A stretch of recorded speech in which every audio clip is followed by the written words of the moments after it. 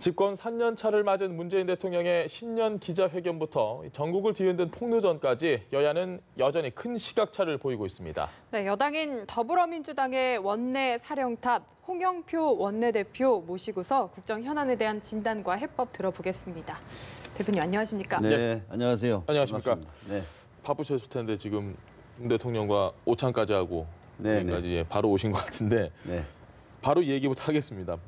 대통령께서 머리 빠지고 눈에 핏줄도 터진 모습 보면서 참 얼마나 힘이 들까 이런 생각을 했다라고 얘기하셨습니다. 오늘은 눈에 그래도 핏줄이 터지신 것 같지 않습니까? 오늘 뭐 괜찮은 편입니다. 컨디션 괜찮으십니까? 오늘? 네.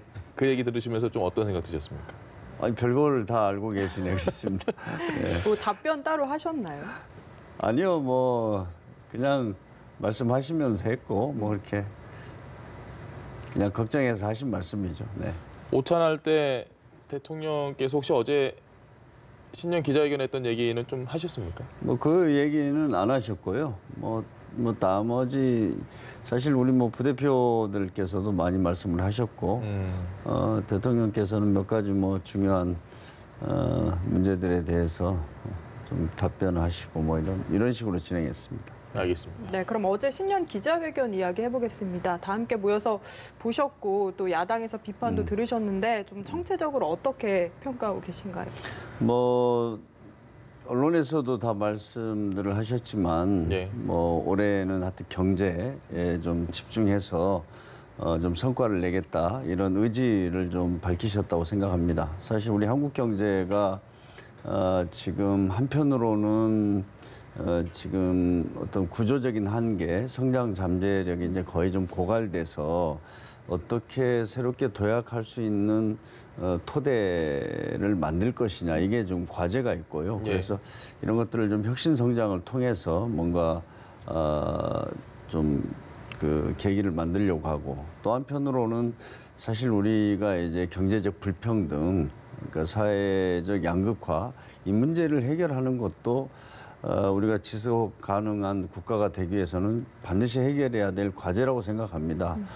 이 두 가지 문제가 다 쉽지가 않은데 사실 문재인 정부가 출범하고 나서 이런 새로운 국정 목표를 세우고 또 정책을 만들고 입법 등을 통해서 제도화하고 이러는데 지금까지 많은 시간이 걸렸다면 올해는 좀 그간에 준비해왔던 것들을 중심으로 해서 좀 성과를 내는 그래서 국민들이 좀 체감할 수 있는 그런 성과를 내고 싶다 이런 대통령의 의지를 좀 밝히셨다고 생각이 됩니다. 알겠습니다. 청와대의 관계에 대해서 얘기를 좀 해야 될 것 같은데요. 지금 민주당과 청와대의 관계를 한마디로 간략하게 좀 정리를 한다면 어떻게 평가할 수 있을까요? 저는 뭐 어느 때보다도 뭐 당정청이 이렇게 긴밀하게 소통하면서 많은 문제들을 이렇게 해결해 나가고 있다고 생각합니다. 그래서 지금까지도 뭐 대통령께서도 그걸 좀 잘 인정을 해주셨고 또 그래서 당은 당대로 어떤 민심을 정확하게 청와대나 정부에 전달하고 또 우리 당에서 생각하고 있는 어떤 정책들 이런 것들을 조율하고 하는 데 있어서 작년에 저는 많은 성과가 있었다고 생각이 됩니다. 그렇기 때문에 앞으로 좀 이런 기조를 계속해서 잘 유지해 가고 그래야 국정을 안정적으로 저희가 운영해 나갈 수 있지 않나 이렇게 생각을 하고 있습니다. 일각에서는 청와대의 힘이 너무 비대하다, 청와대의 힘이 너무 막강하다 이런 비판의 목소리도 있습니다. 이에 대한 생각은 어떠세요? 아마 이제 아무래도 정권이 교체되고 나면 그 초기에는 이제 새로운 대통령이 새로운 어떤 철학과 비전을 가지고 나라의 모든 것을 설계하게 됩니다. 그렇게 되면 아무래도 청와대가 역할을 많이 할 수밖에 없습니다. 그런데 제가 아까 말씀드렸는데 이제 좀 그런 것들이 다 좀 정비가 끝나고 안정기로 접어드는. 그래서 지금 우리가 이제 문재인 정부가 지향해야 할 포용국가 이런 목표를 위해서 이제 어떤 정부 당이 함께 오히려 좀 실천을 하는 그런 단계로 들어섰다 이렇게 봐주시면 되겠습니다. 알겠습니다. 청와대 2기 참모진이 꾸려졌는데 노영민 비서실장과 동갑이시죠. 돈독한 사이라고 친구입니다. 하던데요. 네. 돈독한 사이 맞으신 거죠? 그렇습니다. 친구입니다. 네. 네, 그래서 그 관계를 두고서 이제 홍영표 원내대표에게 당내에 좀 힘이 실릴 것이다라는 전망들이 나오고 있습니다. 이에 대해서는 어떻게 생각하시나요? 뭐 그럴 일은 없을 것 같고요. 예. 뭐 전에 임종석 실장하고도 아주 호흡이 잘 맞아서 예. 같이 일을 하는데 아무 문제가 없었고요. 저는 뭐 노영민 비서실장이라고 해서 뭐 그게 달라질 것이다 이렇게 생각이 안 됩니다. 네, 과거에도 뭐 아주 저희가 그런 임종석 실장하고도 잘 돼 왔었기 때문에 네. 그만큼만 계속 해나가면 될 것 같습니다. 알겠습니다. 네. 민주당 내부 이야기 한번 해보시죠. 이해찬 대표의 최대 강점은 뭐라고 생각하십니까? 뭐랄까 안정된 리더십이죠. 예. 네, 안정된 리더십이고 또 많은 어떤 국정 경험 또 정치권에서의 또 많은 어떤 역할을 해왔기 때문에 저는 뭐 지금 시기에 우리 당을 우선 하나로 예. 단결하게 하고 그다음에 당정청의 어떤 그런 소통을 통해서 우리 국정을 좀 이렇게 물 흐르듯이 해나가는 데 있어서 뭐 큰 역할을 하고 계시다. 그런 리더십을 좀 보이고 있다 이렇게 생각합니다. 강점을 먼저 여쭤본 이유는 네, 사실 이해찬 대표의 그 여러 가지 말들이 좀 구설수에 많이 올랐습니다. 이 부분에 대해서 아쉽다라는 생각 좀 하셨을 것 같은데요. 글쎄요, 뭐 저도 정치인이니까 뭐 이 말실수 할 때가 있죠. 예.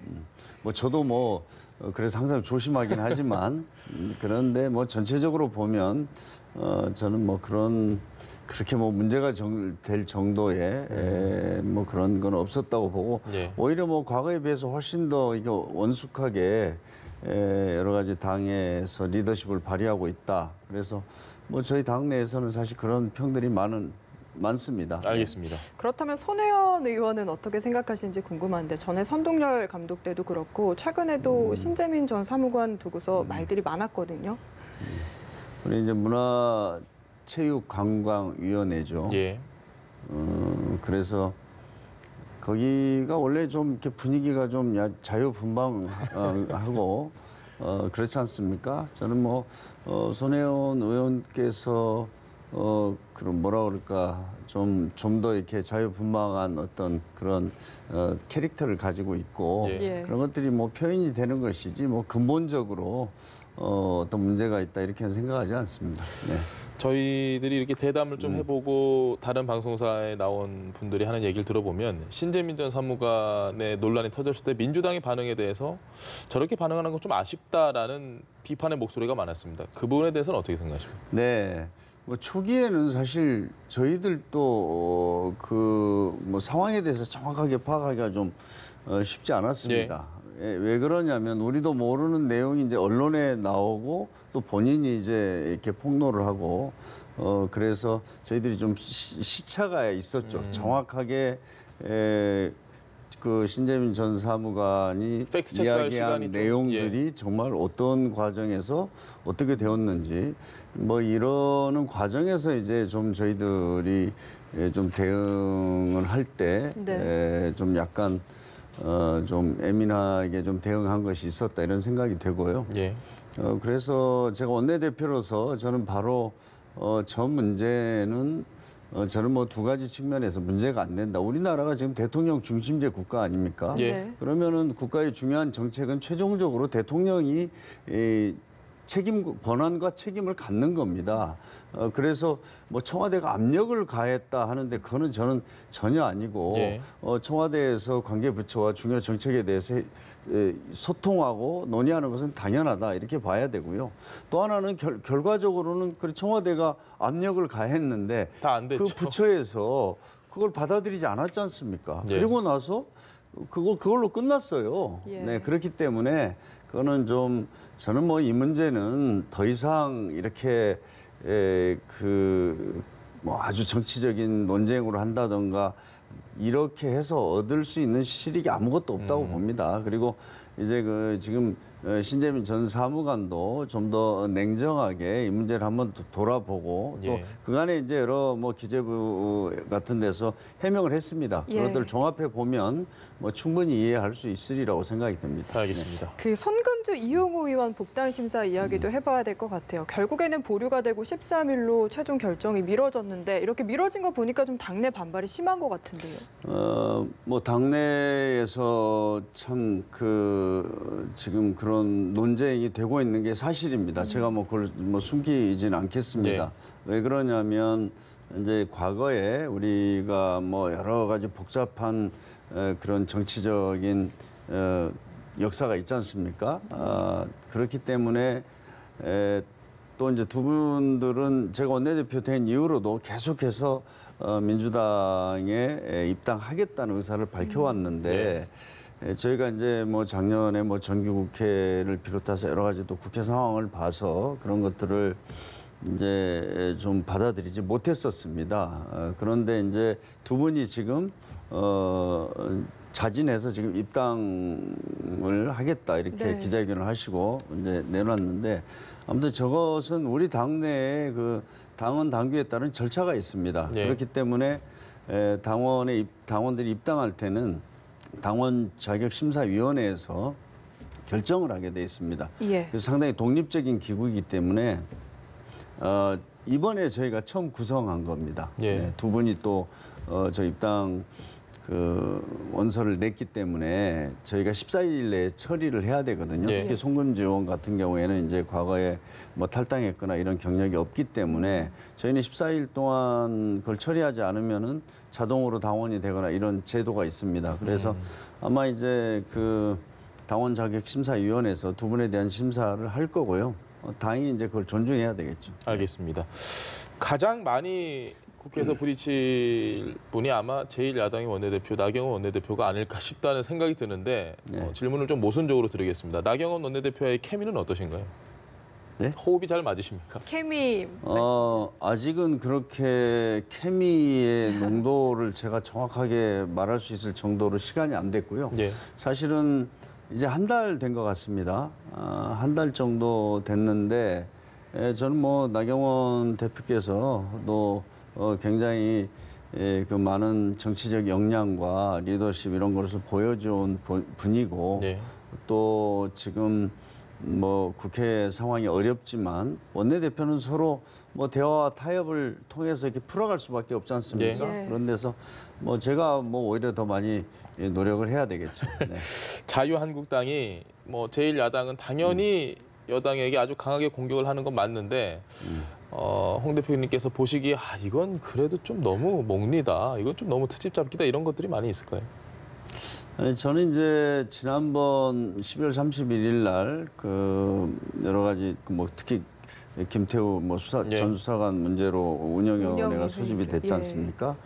그래서 고생 많이 하셨죠. 저는 뭐 국민들이 많이 지켜보셨으니까 그날 또 많이 소명이 되고 또 정리가 됐다 이렇게 생각을 했는데 지금 그 이후로 다시 이제 특검까지 하자 이러니까 좀 그것에 대해서는 제가 좀 납득하기가 힘듭니다. 그래서 저는 지금 보면 우리가 좀 해야 될 일들이 굉장히 많이 있지 않습니까? 그리고 또 하나는 올해는 무엇보다도 이제 그 한반도 비핵화 평화에 있어서 아마 굉장히 중요한 또 한 해가 될 겁니다. 그래서 그런 문제들을 정말 우리가 초당적으로 협력해서 어떻게 저 한반도 비핵화 평화를 좀 성공을 시킬 것인지 이런 것도 좀 논의를 하고 그다음 또 국회에서 선거법이라든가 이런 것도 아주 중요하지 않습니까? 그래서 그런 논의들을 오히려 중심으로 국회가 지금 일을 해야 되는데